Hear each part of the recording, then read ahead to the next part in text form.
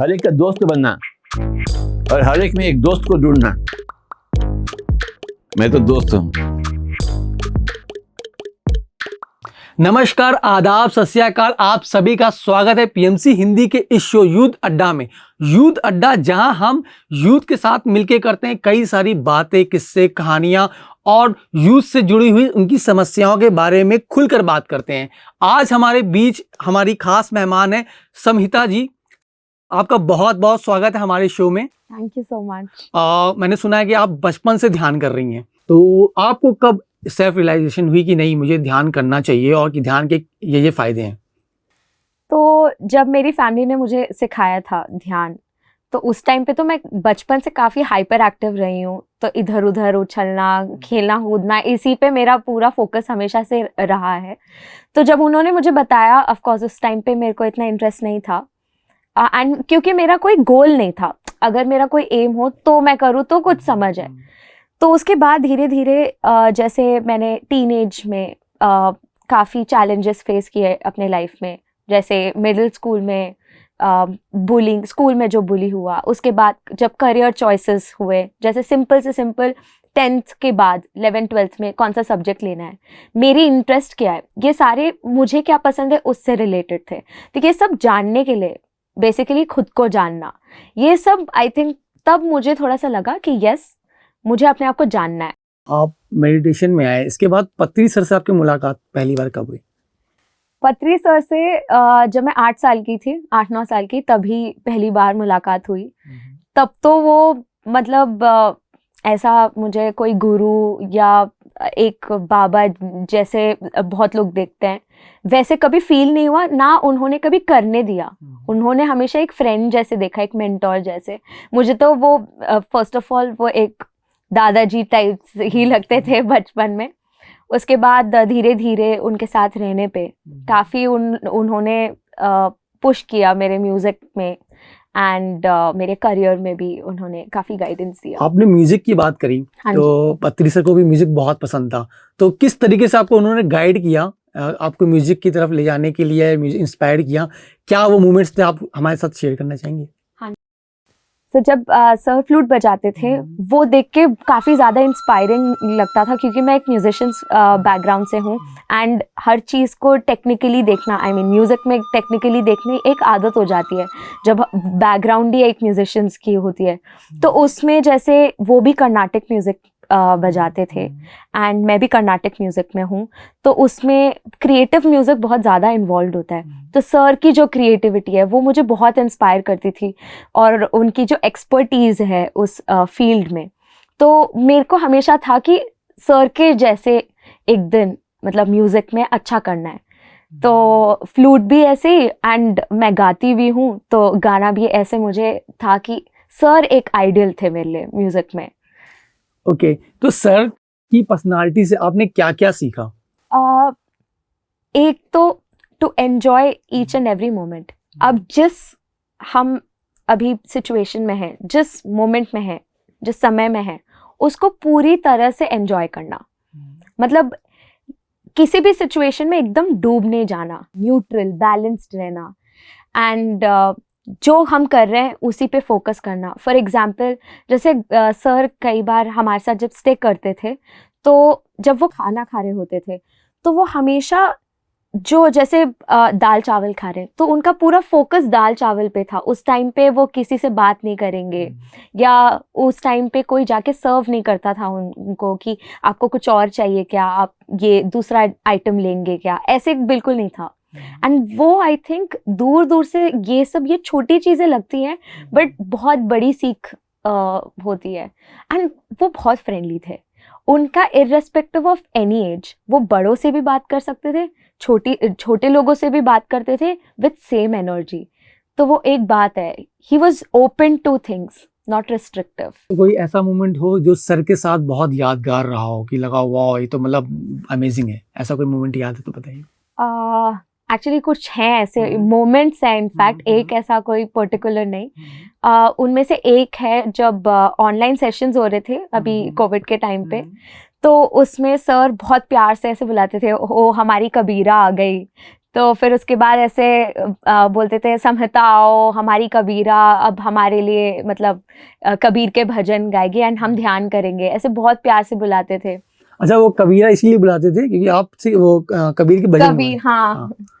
तो और एक और ऐसा इंसिडेंट है कि जब मैं पिरामिड वैली गई थी बैंगलोर, तो वहाँ सर पूछते थे मम्मा से कि संहिता कहाँ है खाना के लिए, तो इतना पर्सनली वो देखते थे कि खाना खा लिया, सबसे पहले खाओ, खुद परोसते थे, बोलते थे क्या अच्छा लगा तुम्हें, कैसा है ये, कैसा है वो वाला डिश, कैसा है।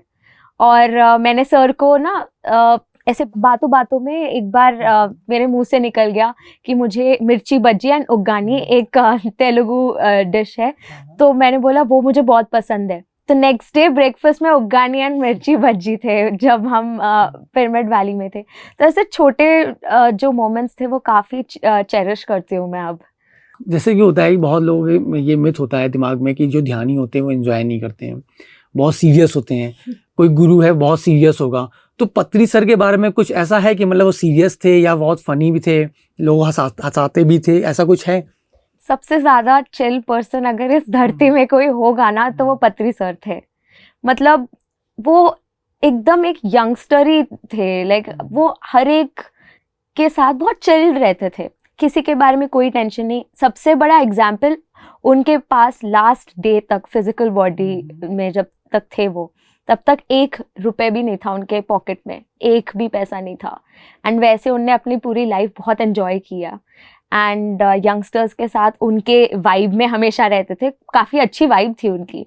एंड वो तो इनफैक्ट यही एनकरेज करते थे, जाओ मज़े करो, हाँ चिल विल करो, ये नहीं कि एकदम सीरियस रहना है। तो एकदम उनके आसपास माहौल यही था, चिल वाइब ही था। आप जब पत्री सर से मिली एज एन यंगस्टर या कोई यंगस्टर पत्री सर से मिलता है तो उस टाइम पे क्या छवि होती है पत्री सर को लेके कि मतलब नहीं पत्री सर हैं, बहुत बड़े हैं हमसे, इनसे खुल के बात कर पाएंगे कि नहीं कर पाएंगे? क्या वो साइनेस या वो हेजिटेशंस कभी रहा है मन में कि नहीं यार तो सर हैं, तो मतलब एक तरीके से इतने लोग जो है फॉलो कर रहे हैं और इतने बड़े ध्यानी हैं और मैंने कुछ ऐसा पूछ दिया, डांट दिया या कुछ ऐसा, कभी ऐसा मन में रहा है या एकदम फ्रैंक होके बात की आपने?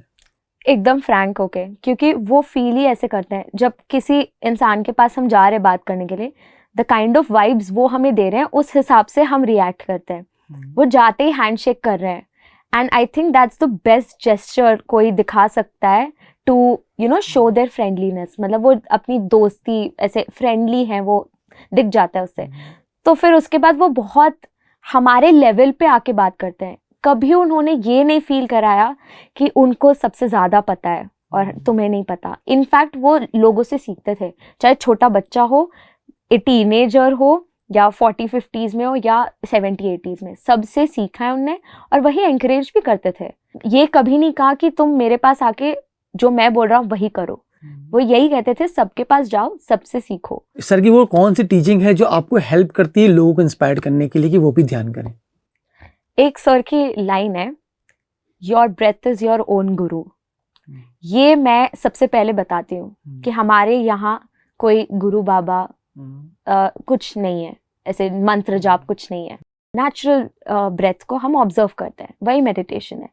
इसके अलावा पत्री सर के साथ आपने जितना भी टाइम बिताया, उनकी ऑब्जर्वेशन में आपने क्या क्या लर्न और किया लाइफ को लेके कि लाइफ और को इजी और कितने अच्छे से कर सकते हैं? क्योंकि ऑब्जर्वेशन होती है ना कि हमने किसी को ऑब्जर्व किया, जैसे कि पैसे की बात बोली कि पत्री सर के पास आखिरी मोमेंट में भी पैसा नहीं था लेकिन लोग थे। तो लाइफ में पैसा इंपॉर्टेंट है कि लोग इंपॉर्टेंट है, क्या इंपॉर्टेंट है? मेरा एक परसेप्शन है इस पे, क्योंकि मैं एक यंगस्टर हूँ, तो यंगस्टर्स का होता है एक लग्जरियस लाइफ जीनी है। एंड मैंने भी सर से मैंने पूछा, सर अब मैं कॉमर्स में हूँ एंड मुझे एक लग्जरियस लाइफ जीनी है खुद से, पेरेंट्स के पैसों पे नहीं। एंड सबका होता है ये। एंड जब मेडिटेशन में आते हैं तो लोगों का अक्सर ये क्वेश्चन आता है कि मैं स्पिरिचुअलिटी में हूँ, spirituality is nothing but the way of life. तो अब पैसों के बारे में, इफ़ आई वॉन्ट मनी, अगर मैं चाहती हूँ कि मेरे पास पैसे हो ज़्यादा, क्या वो गलत है? अगर मैं रिच बनना चाहती हूँ, क्या गलत है? सर ने बोला अगर स्पिरिचुअलिटी है एंड अगर तुम चाहते हो कि तुम रिच बनो तो सही है एकदम। ऐसे लोग ही होने चाहिए टॉप लेवल मैनेजमेंट में। ये एक स्पिरिचुअल बंदा अगर अंबानी बनना चाहे या टाटा बनना चाहे, ये एकदम सही है। But पैसों वो के साथ चलना है, पैसों के पीछे नहीं भागना है। एग्जैक्टली, उसमें एकदम डूब नहीं जाना। बट अगर किसी को मर्सिडीज चाहिए कभी फ्यूचर में, गलत नहीं है वो, क्योंकि हम इस धरती पे हैं, एंजॉय करना चाहिए। तो मेरा फिलॉसफी ये है कि materialistic life and spiritual life दोनों एक ही होता है। अगर हमारा स्पिरिचुअल लाइफ, अगर हमारे जो कोर बिलीव्स हैं, अगर वो स्ट्रांग इनफ हो, तो हम मटेरियलिस्टिक लाइफ को भी उतने अच्छे से हम लेके जा सकते हैं। तो उसमें तो कोई कमी नहीं है। मेरा एम, मैं पर्सनली बताती हूँ जो भी मेरे को अभी सुन रहे हैं, कि मेरा एम है, one of the aims is to earn money. Of course वो बिना पैसों के तो नहीं रह सकते हम। तो या it's not wrong to think वो टाइम नहीं रह गया कि हम जो है आदिवासियों की तरीके पत्थर से पत्थर रगड़ के आगे लाएं। तो हमें भी अपने आप को डेवलप करना, और शायद यही हमारा ह्यूमन नेचर है। और ध्यान हमें यही सिखाता है कि हमें अपने साथ रहना है, फिजिकल चीजों को भी और मेंटली चीजों को भी बैलेंस करके चलना है। फॉर एग्जाम्पल आजकल हम लोग काफी इन्फ्लुएंसर्स को देख रहे हैं। For example Jay Shetty, he is very rich, but वो स्पिरिचुअली भी इंक्लाइंड है, he is aligned with himself. तो if he is earning money, it's not wrong. तो उनकी स्पिरिचुअल लाइफ इतनी स्ट्रांग है, वो उनकी कोर बिलीव्स, वो इनर स्ट्रेंथ इतनी ज्यादा है कि उनकी जो मटेरियलिस्टिक लाइफ है वो अपने आप बहुत ब्लिसफुली हो रहा है। बात करते हैं म्यूजिक और संगीत की, है ना, और बात सेम ही, म्यूजिक संगीत एक ही चीज है। तो ये ध्यान ने कितना हेल्प किया आपको इसमें, इसको एंजॉय करने में, इसको एक तरीके से डेवलप करने में, खुद में कितनी हेल्प करी? मैं बचपन से ही क्योंकि सीख रही हूँ, एंड मैंने बचपन से ही मैं संगीत सुन रही हूँ मम्मा के वजह से, उनके कॉन्सर्ट्स, एंड जब वो क्लासेस वगैरह लेती हैं या वो कोई कॉन्सर्ट सुन रही हैं, तो उससे तो मैंने हमेशा सुना है। तो मेरा हमेशा ना फोकस म्यूज़िक पे जाता था। जैसे उसमें लिरिक्स भी होते हैं, लिरिक्स पे कभी नहीं गया। एंड उस लिरिक्स में इतना डेप्थ, क्योंकि क्लासिकल म्यूज़िक में हूँ, तो क्लासिकल म्यूज़िक में काफ़ी सच्चाई होती है लाइक लिरिक्स में, तो कभी गया नहीं।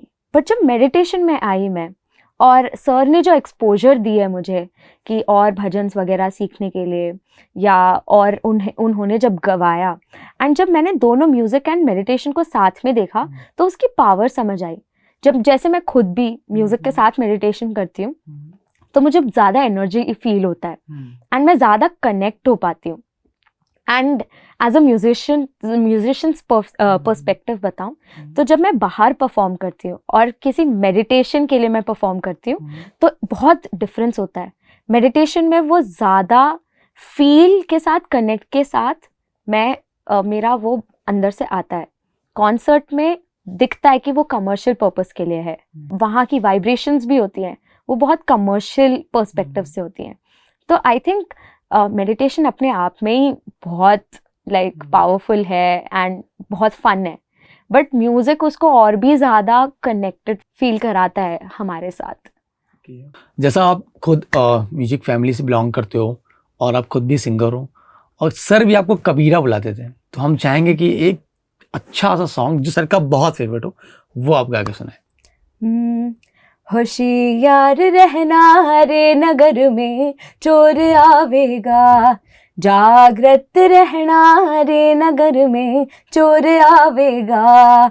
होशियार रहना रे नगर में चोर आवेगा, जागृत रहना रे नगर में चोर आवेगा। हो चोर आवेगा एक दिन, हो चोर आवेगा एक दिन, काल आवेगा।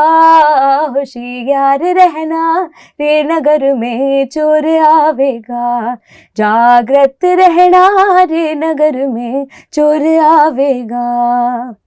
काहे कबीरिया मुल्क वीराना, कोई नहीं यहाँ अपना। काहे कबीरिया मुल्क वीराना, कोई नहीं यहाँ अपना। रे मुट्ठी बांध के आया रे बंदे, मुट्ठी बांध के आया रे बंदे, हाथ बसार के जाएगा। होशियार रहना रे नगर में चोर आवेगा, जागृत रहना रे नगर में चोर आवेगा। होशियार रहना रे नगर में चोर आवेगा, जागृत रहना रे नगर में चोर आवेगा हो, चोर आवेगा हो, चोर आवेगा। क्या बात है, गजब। मतलब इतना शानदार जानदार, जितना है उतना कम है। मतलब हम भी कभी सोच रहे कि हमने भी 8 साल से मेडिटेशन शुरू किया होता ना तो तुम्हारी तरह की आग लगा दी होते हम भी एकदम। Thank चलो, लेकिन अभी हम शुरू किए हैं कुछ साल पहले मेडिटेशन, तो उम्मीद करते हैं कि बुढ़ापे तक हम भी कुछ ना कुछ अच्छा गा ही लेंगे।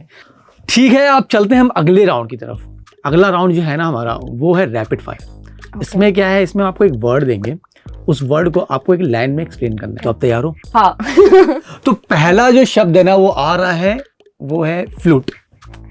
फ्लूट यानी पत्री sir. Music. Life. Favourite dish of पत्री सर। मिर्ची बज्जी एंड उगानी। फेवरेट बुक ऑफ पत्री सर। पत्री सर जो भी बुक पढ़ते थे उनकी वो फेवरेट ही होती थी, and he has like red thousands of books, तो पर्टिकुलर हैज सच नहीं है। Life. Blissful. Mindfulness. Meditation. Attitude. Way of life. Love. Friendship. Compassion. पत्री सर। डेडिकेशन। पत्री सर। सांसें। Everything. Death. Truth. Very nice. क्या मतलब, जितने भी जवाब दिए हैं तुमने एकदम परफेक्ट दिए, एकदम एक झर्रे में दिए और गजब के दिए। मतलब ठीक है, बीच में कहीं फंस गया पर उतना चलता है। चलो फिर एक ना फाइनल मैसेज भी दे दो हमारे जो यूथ जो ये प्रोग्राम देख रहे हैं उनके, एक फाइनल मैसेज दे दो। सबसे पहली बात तो मेडिटेशन सिर्फ बुजुर्ग लोगों के लिए नहीं है, एंड हर एक इंसान को स्टार्टिंग से जब भी उनको पता चलता है मेडिटेशन के बारे में, specially as a youngster start कर देना चाहिए। And your breath is your own guru and you create your own reality. हम कई बार कोसते रहते हैं कि उसके वजह से ये हो गया या इसके वजह से ये हो गया, ये सिचुएशन ही ऐसी थी, बट नहीं, हम लोगों ने कहीं ना कहीं इंटेंशनली अनइंटेंशनली खुद क्रिएट की होती है। So we create our own reality. So I think ये एक दो चीज़ें हैं, अगर हम अपना लेते हैं अपने लाइफ में, एंड कम्प्लीटली एन्जॉय करना है लाइफ को, किसी चीज़ को टू सीरियसली नहीं लेना है थोड़ा सीरियसनेस, बट सब कुछ लिमिट में बैलेंस के साथ, एंड वो सिर्फ और सिर्फ मेडिटेशन से आएगा। And meditation is nothing, and उससे ज़्यादा सिंपल चीज़ कोई हो ही नहीं सकती। मतलब लिटरली हमें एक जगह बैठना है बस, एंड आंखें बंद करनी है और अपनी नेचुरल ब्रेथ को ऑब्जर्व करना है, उसको ज़बरदस्ती लेना भी नहीं है, जैसे हम ले रहे हैं उसको ऑब्जर्व करना है। तो कहीं भी कर सकते हैं। जैसे मैं कॉलेज ट्रैवल करती थी मेट्रो से, तो काफ़ी लाइक इस शोर शराबा ये सब होता है, बट फिर भी उधर भी हम लोग काफ़ी पीसफुली मेडिटेट कर सकते हैं। और अब कोई पूछ सकते हैं जो क्रॉस क्वेश्चन ज़्यादा करते हैं कि ऐसे कैसे हो सकता है, तो खुद करिए, खुद जानिए। तो take it as a challenge, you are a youngster and I also took it as a challenge and do it on your own. बिल्कुल सही कहा कि हमें रियलिटी में जीना चाहिए। और ध्यान एक ऐसी चीज़ है, जैसे कि आप कोई डिश है उसको खाना चाहते हैं, उसके बारे में कितना भी जान लीजिए, कितना भी पढ़ लीजिए, आप तब तक उसको एक्सपीरियंस नहीं कर सकते जब तक आप उसको खाएंगे नहीं। तो स्वाद लेने के लिए जैसे आपको खाना पड़ता है, वैसे ध्यान है। ध्यान के बारे में जानने के लिए, ध्यान को एक्सपीरियंस करने के लिए आपको ध्यान में बैठना पड़ेगा। कहीं भी बैठ सकते हैं, कभी भी कर सकते हैं, कोई बाउंडेशन नहीं है, कुछ भी नहीं है, बस चाहिए तो सिर्फ एक इच्छा शक्ति। हम उम्मीद करते हैं कि आप ध्यान करेंगे, मेडिटेशन को एंजॉय करेंगे। समिता, आपका भी बहुत बहुत धन्यवाद। आप हमारे शो में आई, अपना टाइम दिया, अपना एक्सपीरियंस बताया हमारे दर्शकों के साथ, और यूथ को एक जो नई एनर्जी आप दे रही हैं, पत्री सर की जो विज़न है उसको आगे बढ़ा रही हैं, उसके लिए आपको बहुत बहुत शुभकामनाएं। इसी के साथ अब हम विदा लेते हैं। हम उम्मीद करते हैं कि आपको हमारा ये शो यूथ अड्डा पसंद आया होगा, हमारी अड्डेबाजी आपको पसंद आई होगी।